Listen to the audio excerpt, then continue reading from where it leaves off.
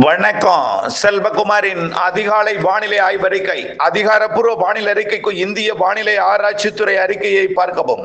2026 ஜூலை 25 சனிக்கிழமை அதிகாலை நிலவர வானிலை பதிவு. அதிகாரப்பூர்வ வானிலை அறிக்கைக்கு இந்திய வானிலை ஆராய்ச்சித்துறை அறிக்கையை பார்க்கவும்.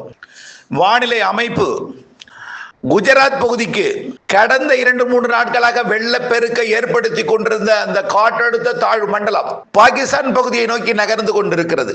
இதனிடையே மேற்கு வங்கம் மற்றும் ஒடிசா இடைப்பட்ட பகுதியில் வங்கக்கடலில் உருவாகியிருந்த காற்றழுத்த தாழ்வு பகுதி ஒடிசா மேற்கு வங்கம் இடைப்பட்ட பகுதி வழியாக சத்தீஸ்கர், மத்திய பிரதேசம், மகாராஷ்டிராவின் வடக்கு பகுதி வழியாக குஜராத் பகுதியை நோக்கி நகர்ந்து கொண்டிருக்கிறது. வரக்கூடிய ஆகஸ்ட் முதல் வாரத்திலே இரண்டாவது வெள்ளப்பெருக்கை குஜராத்திற்கு ஏற்படுத்த போகிறது. குஜராத் மட்டுமல்லாமல் ராஜஸ்தான், குஜராத், மகாராஷ்டிராவின் மும்பை உள்ளிட்ட பகுதி, குஜராத்தோட சூரத் உள்ளிட்ட பகுதிகளுக்கும், அவுரங்காபாத், அஜந்தா, எல்லோரா போன்ற பகுதிகளுக்கும், ஒட்டுமொத்த மத்திய பிரதேசம் மற்றும் சத்தீஸ்கர், ஒடிசா பகுதிக்கும் பாதிக்கும் மழைப்பொழிவை கொடுக்க இருக்கிறது. அடுத்த நிகழ்வோட வழித்தடம் ஒடிசா முதல் குஜராத் வரை பாகிஸ்தானுக்குள் நுழையும்.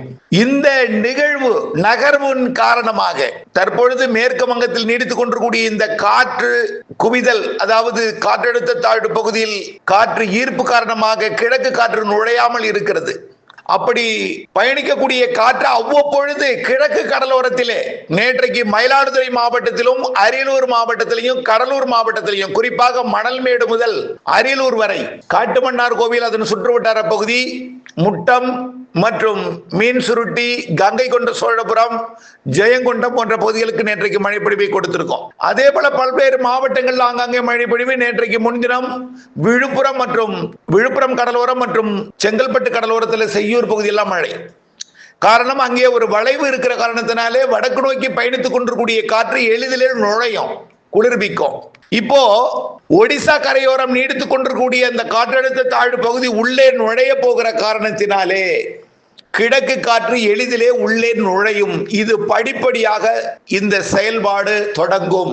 கேரளா மற்றும் கர்நாடகாவின் கடலோர பகுதிகளில் மழை தொடங்கி இருக்கிற காரணத்தினாலே பாலக்காட்டு கணவாய் தற்பொழுது குளிர்ந்திருக்கும், குளிர்ந்த காற்று வீசிக்கொண்டிருக்கும். அதே போல மைசூரில் இருந்து கிருஷ்ணகிரி, தருமபுரிக்கும் குளிர்ந்த காற்று வீசிக்கொண்டிருக்கும். அதே போல செங்கோட்டை கணவாய், அதாவது ஆரியங்காவு கணவாயிலிருந்து குளிர்ந்த காற்று வீசிக்கொண்டிருக்கும். படிப்படியாக கேரளாவில் மழை பொழிவு அதிகரிக்கும் பொழுது சாரல் மழை நேற்றைக்கே ஒரு முறை வந்தது பாலக்காட்டு கணவாய்க்கு. அந்த சாரல் மழை இன்றிலிருந்து சரியாக 27ஆம் தேதியிலிருந்து நல்ல சாரலாக மாறும். 30, 31 வலுவான மழையாக மாறும். ஆகஸ்ட் 1 8ஆம் தேதி வரை வலுத்த பலத்த மழை, நிலச்சரிவு வயநாட்டிற்கு ஏற்படுத்தக்கூடிய வகையில மழை, அதாவது கபினிக்கு நீர்வரத்தை கொடுக்கக்கூடிய வயநாடு பகுதிகளுக்கு மழை பொழிவை கொடுக்க போகிறது.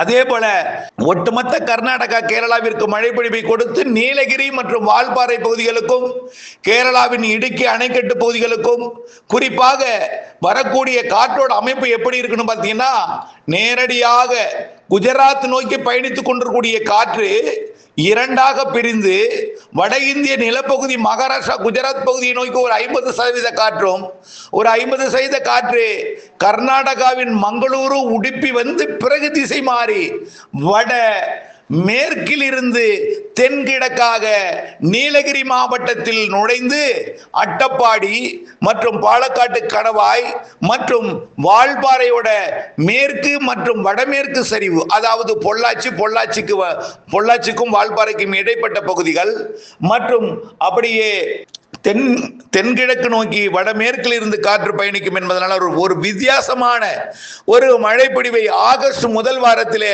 கேரளாவும், கர்நாடகாவும், தமிழ்நாட்டின் மேற்கு தொடர்ச்சி மலைப்பகுதிகளும் பெற இருக்கிறது.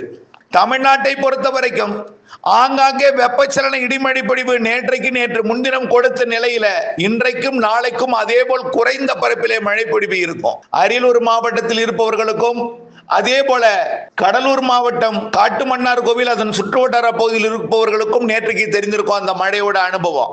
இதே போல் படிப்படியாக பரப்பில் அதிகரிக்கும். 27ஆம் தேதியிலிருந்து மேலும் பரப்பு அதிகரிக்கும். இன்றைக்கு தேதி 25, இன்னும் 2 நாள் கழித்து. அதற்கு பிறகு மாத இறுதி நாட்களிலே மேலும் பரப்பு அதிகரிக்கும். ஆகஸ்ட் 1 பிறந்ததும் உங்களுக்கு இந்த எல் நினோ என்கின்ற வார்த்தை மறையும் அளவிற்கு, மறக்கடிக்கும் அளவிற்கு, குழப்பம் விலகும் அளவிற்கு, ஊடகங்களிலே பேசுபொருள் தலைகீழாக மாறப்போகும் அளவிற்கு, அதாவது எல் நினோ என்றார்கள், வெப்பம் என்றார்கள், அனல் என்றார்கள், வறட்சி என்றார்கள். என்ன இப்படி தலைகீழாக மாறி இருக்கிறது? ஆக வானிலை கணிப்பில் தவறிவிட்டோமோ என்கின்ற பேச்சாக மாறப்போகிறது. ஆக நீண்டகால வானிலை அறிக்கை கணிப்பிலே தவறு ஏற்படுகிறதோ என்கின்ற பேச்சாக மாறும். அப்படிப்பட்ட ஒரு விவாதங்கள் நடக்கும். வயநாடு பகுதியில் வரக்கூடிய ஆகஸ்ட் 2, 3, 4 தேதிகளிலே நிலச்சரிவிற்கு எச்சரிக்கையை விடுக்கிறேன். அதே போல நீலகிரி மாவட்டத்திற்கும் வால்பாறைக்கும் இடைப்பட்ட பகுதியில் கனமழை காத்திருக்கிறது. ஆகஸ்ட் 1 முதல் நல்ல மழைப்பொழிவு தமிழ்நாட்டின் உள்பகுதிகளிலும், அனைத்து மாவட்ட பகுதிகளிலும், மேற்கு தொடர்ச்சி மலை பகுதிகளிலும், கேரளா கர்நாடகாவிலும், அணைகள் நீர்பிடிப்பு பகுதிகளிலும் நல்ல மழை கொடுக்க போகிறது. இதுல முதலிடம் பிடிக்கக்கூடிய இடம் எங்கன்னு பார்த்தீங்கன்னா கடலோர பகுதிகளில் தெற்கு காற்று நுழைந்து, அதாவது வலுவாக நுழையாத, அதாவது ஒடிசாவில் இருக்கக்கூடிய நிகழ்வு உள்ளே நுழையும் பொழுது காற்று சுழற்சியாக செயலிழக்கும். ஆக வலுவா இருந்தா தான் வலுவா காற்று நுழையும். ஆக வலு இல்லாமல் அது மெல்ல நகரும் என்பதனால தெற்கு காற்று மிக மெல்ல நுழையும். ஆக வலுவாக இருந்தால்தான் அது வேதாரண்ய மழையை மயிலாடுதுறை நோக்கி தள்ளும். ஆனால் ஒரு வித்தியாசமான ஒரு வானிலை ஏற்படுத்த போகிறது ஆகஸ்ட் முதல் வாரத்தில். வழி இல்லாமல் மெல்ல நுழையும் காற்று மதிய, மாலை, நள்ளிரவு, அதிகாலை நேரத்தில் ராமநாதபுரம், புதுக்கோட்டை, தஞ்சாவூர், திருவாரூர், நாகப்பட்டினம், காரைக்கால், மயிலாடுதுறை, திருச்சி, அரியலூர், பெரம்பலூர், கடலூர், புதுச்சேரி, விழுப்புரம், கள்ளக்குறிச்சி மற்றும் திருவண்ணாமலை, சென்னை, திருவள்ளூர், காஞ்சிபுரம், செங்கல்பட்டு, திருப்பத்தூர், வேலூர், ராணிப்பேட்டை, கிருஷ்ணகிரி, தர்மபுரி, சேலம், நாமக்கல், ஈரோடு மாவட்டத்தின் பெரும்பாலும் வடக்கு பகுதி, நீலகிரி, அப்படியே மேற்கு தொடர்ச்சி மலையின் ஒட்டுமொத்த பகுதி, நீலகிரி, கோயமுத்தூர் மேற்கு, கணவாய் பகுதி, கோயம்புத்தூர் வடக்குக்கும் உண்டுங்க. வெப்பசலன இடிமழையுடன் சேர்ந்த தென்மேற்கு பருவமழையாகத்தான் இருக்கும். ஆக கோயம்புத்தூர் மாநகரத்திற்கும் மழை இருக்கு, மேட்டுப்பாளையத்திற்கும் மழை இருக்கு. அதே போல ஈரோடு மாவட்டம் கொடுமுடி உள்ளிட்ட காற்று பகுதிக்கும் மழை இருக்கு. இந்த நெகமத்திற்கும் தாராபுரத்திற்கும் இடைப்பட்ட பகுதியில கொஞ்சம் குறைவான மழை இருக்கு. நெகமம் வரைக்கும் வலுவான சாரல் இருக்கு. தாராபுரம் தாண்டி டெல்டா வரைக்கும் நல்ல மழை இருக்கு. ஒதுக்கி ஒதுக்கி இருக்கும். மணப்பாறை தாண்டியதும் வீரியமடையும். கந்தர்வ கோட்டை தாண்டியதும் மேலும் வீரியமடையும். டெல்டா கடலோரத்தில் பலத்த மழை இருக்கு. கோடியக்கரை முனைக்கும் இருக்கு, தொண்டிக்கும் இருக்கு, ராமேஸ்வரத்திற்கு கூட தெரிகிறது. கண்டிப்பாக மண்டபம் வரைக்கும் நல்ல மழை தெரிகிறது. மதுரை, திண்டுக்கல் மாவட்டத்தோட நத்தம் சுற்றுவட்டார பகுதி, விருதுநகர் மாவட்டத்தின் அந்த கிழக்கு பகுதி, பெருநாளி உள்ளிட்ட பகுதிகளுக்கு கூட மழை வாய்ப்பு தெரிகிறது ஆகஸ்ட் முதல் வாரத்தில். தூத்துக்குடி, திருநெல்வேலி, தென்காசி மாவட்டத்தின் மேற்கு பகுதியிலையும், ஆங்காங்கே கிழக்கு பகுதியிலையும், ஒட்டுமொத்த கன்னியாகுமரி, திருநெல்வேலி, தென்காசி, தேனி மாவட்டத்தின், விருதுநகர் மாவட்டத்தின் மேற்கு பகுதிகளுக்கும் நல்ல மழை தெரிகிறது. கேரளாவோட இடுக்கி அணைக்கட்டு பகுதி, தமிழ்நாட்டின் முல்லை பெரியார் அணைக்கட்டு பகுதி, ஏலக்காய் சாகுபடி பகுதி, தேனி மாவட்டத்தின் மேற்கு சரிவு கேரள பகுதி மற்றும் நீலகிரி மாவட்டம் தொடங்கி கன்னியாகுமரி வரைக்கும் ஒட்டுமொத்த மேற்கு தொடர்ச்சி மலைக்கு, அதிலையும் குறிப்பாக வால்பாறை, நீலகிரி இடைப்பட்ட பகுதி, வால்பாறை, நீலகிரி வால்பாறை இடைப்பட்ட பகுதியில், குறிப்பா வயநாடு பகுதியில சற்று அச்சுறுத்தல் மழைப்பொழிவு ஆகஸ்ட் 2, 3, 4 தேதிகள்ல தெரிகிறது. ஆக நல்ல மழை காத்திருக்கிறது. வரக்கூடிய நாட்களில் இருக்கக்கூடிய, அதாவது தற்பொழுது நிலவக்கூடிய வெப்பம் படிப்படியாக விலகும். ஓரிரு நாட்கள் சற்று பொறுமை காத்தால் மழைப்பொழிவு படிப்படியாக தீவிரமடைவதை உணர்வீர்கள். ஆகஸ்ட் இந்த மாதம் 31ஆம் தேதியிலிருந்து 30-31 வலுப்பெறப் போகிற மழை ஆகஸ்ட் 1, 1 விட 2, 2 விட 3, 4, 5 இந்த 3 நாளும் பலத்த மழை மேற்கு தொடர்ச்சி மலையிலையும் இருக்கும், வங்க கடலோரமும் இருக்கும், வட கடலோரமும் இருக்கும், வட உள்பகுதிகளிலும் இருக்கும், டெல்டாவிலையும் இருக்கும். நல்ல மழை காத்திருக்கிறது. அறுவடை, ஏதாவது உளுந்து அறுவடை, நெல் அறுவடை இருந்தால் விரைந்து முடித்திடுக. ஆகஸ்ட் 1 முதல் 8 வரை அடுத்த சுற்றின் மழை தீவிரம். படிப்படியாக வெப்பசலன இடிமழை பொழிவு தீவிரம். வரக்கூடிய நாட்களிலே மேற்கு தொடர்ச்சி மலையிலே சாரல் மெல்ல அதிகரிக்கும். 27க்கு மேல் நல்ல கொஞ்சம் கூடும். 30, 31 நன்றாக கூடி காணப்படும். ஆகஸ்ட் 8 ஏற்கனவே 10ன்னு சொல்லியிருந்தோம். ஆகஸ்ட் 8 அல்லது 9 தேதிக்கு மேல ஒரு 4 நாள் இடைவெளி கிடைக்கும்.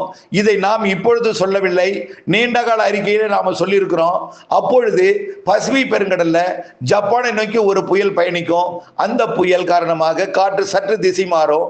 அது ஒன்றே அங்கு ஜப்பான் நோக்கி பயணிப்பது, ஜப்பான் மற்றும் தாய்வான் நோக்கி பயணிப்பது. அதற்கு அடுத்து வரக்கூடிய நிகழ்வெல்லாம் நேரடியாக அது தென்சீன கடற்பகுதி மற்றும் தாய்லாந்து வளைகுடா பகுதிக்கு, அதாவது முதல்ல வியட்நாம், கம்போடியா, லாவோஸ், ஹாங்காங் அந்த பகுதி வழியாகவும் படிப்படியாக தென்கிழக்கு ஆசிய நாடுகள் வழியாகவும் படிப்படியாக தென்சீன கடல் மற்றும் தாய்லாந்து வளைகுடா வழியாகவும் வங்கக்கடல் நோக்கி வந்து ஆகஸ்ட் 15க்கு மேல் தென்மேற்கு பருவமழை நன்றாக வலுப்பெற்று ஆகஸ்ட் இறுதி 10 நாள் மிகவும் வலுப்பெற்று செப்டம்பர் ஒட்டுமொத்த 30 நாளும் பெரும்பாலான நாட்கள் அச்சுறுத்தும் மழை கேரளா, கர்நாடகாவிற்கும் வயநாடு உள்ளிட்ட பகுதிகளுக்கு அடிக்கடி அச்சுறுத்தலை கொடுக்கக்கூடிய மழை பொழிவும் இருந்து கொண்டிருக்கும். கண்டிப்பாக மேட்டூர் மற்றும் பவானிசாகர், பரம்பிக்குளம், அமராவதி, திருமூர்த்தி மற்றும் முல்லை பெரியாறு, வைகை அணைக்கு அதற்கு அடுத்தபடியாக இப்படி தென் மாவட்டங்களின் மலைப்பகுதிகள்லாம் படிப்படியாக நீர்வரத்தை கொடுக்கும் வகையில மழை பொழிவு அதிகரிக்கும். கண்டிப்பா செப்டம்பரிலே அணைகளை நிரப்பும் மழையும் அக்டோபர் 15 தேதி கேரளா, கர்நாடகாவிற்கும் ஒரு வெள்ள ஆபத்தை, ஒரு பாதிப்பை கொடுக்கும் வகையில மழைப்பொழிவு இருக்கிறது என்றால் நீங்கள் புரிந்து கொள்ள வேண்டும். தயவு செய்து குழப்பிக் கொள்ள வேண்டாம். கண்டிப்பாக உங்களுடைய பிரச்சனை எல்லாம் தீரும். படிப்படியாக நினைவில் கொள்ளுங்கள். இணைந்தே இருங்கள் அப்டேட்ஸுடன். நன்றி.